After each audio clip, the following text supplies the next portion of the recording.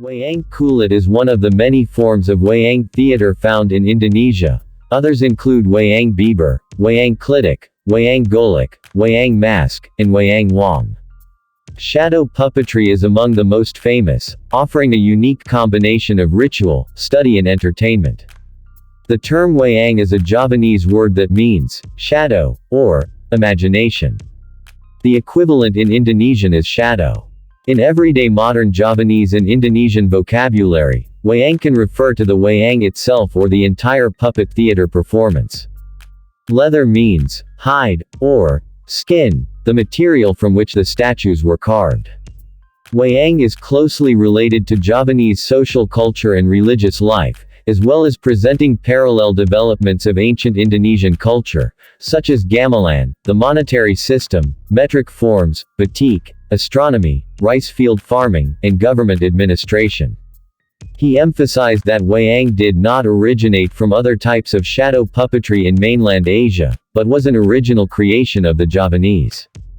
Indian wayang is different from wayang, and all technical terms for wayang are Javanese, not Sanskrit. Likewise, some of the other technical terms used in wayang kulit found in Java and Bali are based on local languages, even though the plays overlap with Buddhist or Hindu mythology. Hinduism and Buddhism entered the Indonesian archipelago in the early centuries of the first millennium, and along with theology, the peoples of Indonesia and the Indian subcontinent exchanged culture, architecture, and trade goods. The art of puppetry and drama has been documented in ancient Indian texts, dating to the last centuries of the first millennium BC and the early centuries of the Common Era. Traditional shadow puppet shows begin after dark. The first of three phases, in which characters are introduced and conflict is launched, lasts until midnight. The second phase of fighting and intrigue lasts about 3 hours. The third stage of reconciliation and friendship is completed at dawn. Shadow puppet plays are usually stories from the two great Hindu epics, the Ramayana and the Mahabharata.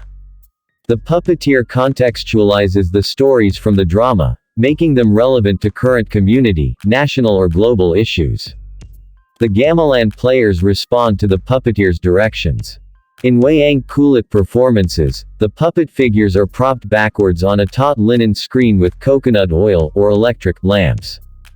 Puppeteers, shadow artists manipulate carved leather figures between lights and screens to bring shadows to life. Shadow puppet narratives often relate to the grand theme of good versus evil. On the 7th of November 2003, UNESCO designated wayang, flat leather puppets or wayang kulit, and flat leather puppets or wayang klitik, and three-dimensional wooden puppet theater, wayang golek, as masterpieces of oral and intangible heritage.